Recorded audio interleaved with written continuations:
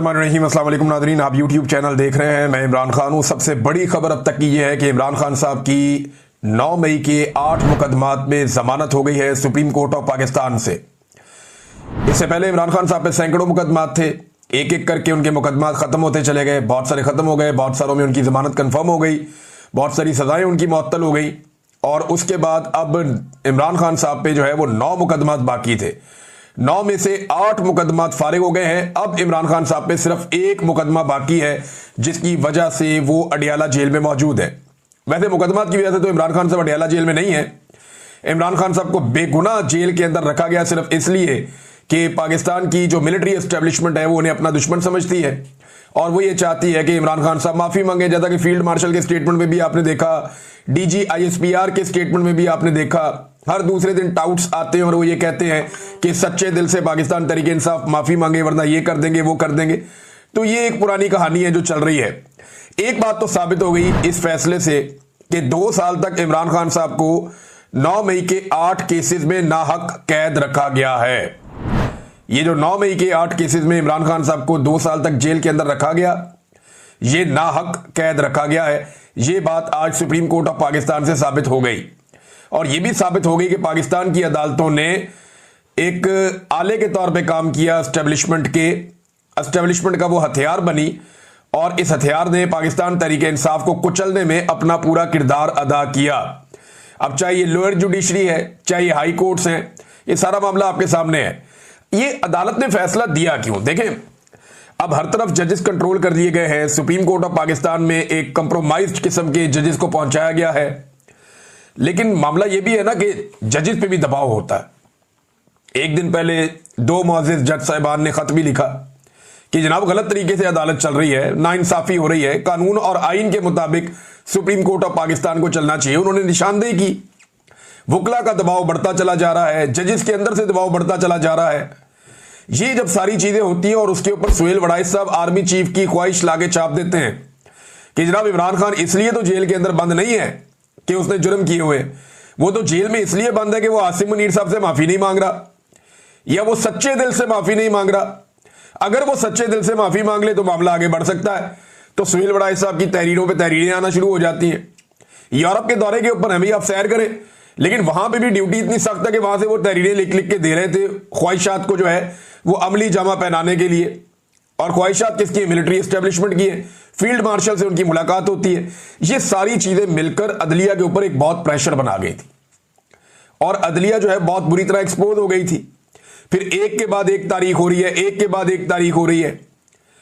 अदालत के अंदर क्या हो रहा है? अडियाला जेल में वहां पे 4थी मरतबा तारीख दे दी गई है।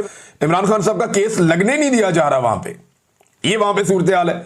सुप्रीम कोर्ट ऑफ पाकिस्तान में इसमें बार बार की तारीख दी और बिलाखिर इमरान खान साहब को बेल देना पड़ी। लेकिन इस केस में 1-2 चीजें मैं आपको बताऊं जो मैंने बात की है सहाफियों से। उन्होंने ये बताया कि जानबूझकर चीफ जस्टिस ऑफ पाकिस्तान ने बार बार ये जो केस था इसके मेरिट्स के ऊपर जाने से रोका। यानी केस के आपने मेरिट्स देखने होते हैं ना कि भाई ये गवाही सच्ची है या झूठी है। तो सुप्रीम कोर्ट ऑफ पाकिस्तान ने मेरिट्स के ऊपर जाने नहीं दिया वकला को। ऐसा लगता है सुप्रीम कोर्ट ऑफ पाकिस्तान नहीं चाहती थी कि पंजाब हुकूमत या पाकिस्तान की एस्टेब्लिशमेंट या जो अदलिया है, लाहौर हाई कोर्ट हो गई, या जो दहशतगर्दी की अदालतें हैं, उनके सारे जजेस एक साथ मुतनाज़े हो जाएं, क्योंकि उन्होंने नाइंसाफी पर मबनी फैसले दिए हैं। वो पुलिस वाला टेबल के नीचे घुस गया, सोफे के नीचे घुस गया, पुलिस वाला पर्दे के पीछे छुप गया, वो इतनी दूर से 4-4, 5-5 बैरियर क्रॉस करके सारी सिक्योरिटी में से गुजरता हुआ सलमानी टोपी पहन के वो इमरान खान साहब के सामने पहुंच गया। भाई इस तरह की गवाहियों के ऊपर कौन खड़ा होता है? और एक शहर में गवाही कुछ और है, दूसरे में कुछ और है, तीसरे में कुछ और है। तो तहरीक इंसाफ तो तैयारी करके गई हुई थी, लेकिन चीफ जस्टिस ने इन मेरिट्स के ऊपर बातचीत नहीं होने दी। इससे पूरी की पूरी अदलिया जो है उसके कपड़े उतर जाते हैं। लेकिन अदलिया, ये इसका क्रेडिट जाता है किसको? देखिए, इसका एक तो क्रेडिट पाकिस्तान के अवाम को जाता है जिन्होंने हार नहीं मानी। 8 फरवरी 2024 के बाद से लेकर अब तक हार नहीं मानी और वो आज भी इमरान खान के साथ खड़े हैं। दूसरा, पाकिस्तान के सोशल मीडिया को भी एक क्रेडिट जाता है, लेकिन सबसे बड़ा क्रेडिट जाता है इमरान खान साहब की जो कानूनी टीम है उसे। वो टकरे मारते रहे, उन्हें पता है कंप्रोमाइज कर दिया, लेकिन उन्होंने उसमें से भी अपना काम निकाला। उन्होंने इतनी टकरे मारी कि बिलाखिर वो दरवाजा खुल गया। और इसमें बैरिस्टर सलमान सफदर जो है वो बहुत तारीफ के लायक है।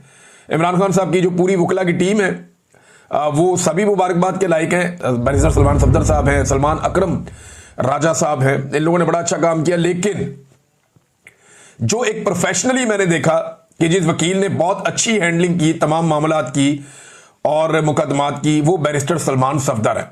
कमाल उन्होंने केसेस लड़े हैं, और जिन जिन लोगों ने उनको केसेस लड़ते हुए देखा, जिन सहाफियों ने भी देखा, उन्होंने बताया जी कि वो जबरदस्त किस्म की शवाहिद सामने रखते हैं, बड़ा टू दी पॉइंट आते हैं, और बड़े अच्छे उन्होंने मुकदमात हैंडल किए हैं। बड़ी प्रोफेशनली उन्होंने इन मामलात को डील किया कि एक तरफ एस्टेब्लिशमेंट है, पूरा का पूरा एक इदारा इस काम पे लगा हुआ है, इंटेलिजेंस एजेंसियां इस काम पे लगी हुई हैं, अदलिया को कंप्रोमाइज कर दिया गया है, 26वीं आईनी तरमीम के बाद पूरे निजाम को जकड़ दिया गया है, लेकिन फिर भी वो लगे रहे। बिलाखिर इमरान खान साहब के अब 9 में से 1 मुकदमा बाकी रह गया। अब सिर्फ एक ऐसा मुकदमा है जिसमें इमरान खान साहब को जेल में रखा हुआ है। इस मुकदमे में जाने से पहले मैं आपको बताऊं कि लोगों ने बड़ा जश्न मनाया, वकला ने बड़ी खुशियां मनाई हैं। कई जगहों पे वकला जो है मिठाइयां बांट रहे हैं, बार काउंसिल्स के अंदर लोग खुश हो रहे हैं, नौजवान खुश हो रहे हैं। तो एक सोशल मीडिया पे हर जगह पे एक सेलिब्रेशन है, लोग इसके ऊपर जश्न मना रहे हैं कि इमरान खान साहब के 9 मई वाला बयानिया भी जो है वो उलट गया। वहां पे भी उनकी अब जमानत हो गई है इमरान खान साहब की। नून लीग बड़ी अजीबोगरीब सूरत हाल में, उसे समझ नहीं आ रही इन जजों को गालियां देनी है या नहीं देनी, क्योंकि ये वही जजेस हैं जिन्होंने हर तरह की सहूलतकारी इस निजाम के लिए की है। ये वही जजेस हैं जिन्होंने वो सारे काम किए हैं जो एस्टेब्लिशमेंट ने और नून लीग ने उनसे गंदे काम करवाए हैं। ये सारे वो जजेस हैं जिन्होंने मिलिट्री कोर्ट्स जैसे एक घटिया काम को भी इन्होंने जवाब फराहम कर दिया और उसके हक में फैसला दे दिया।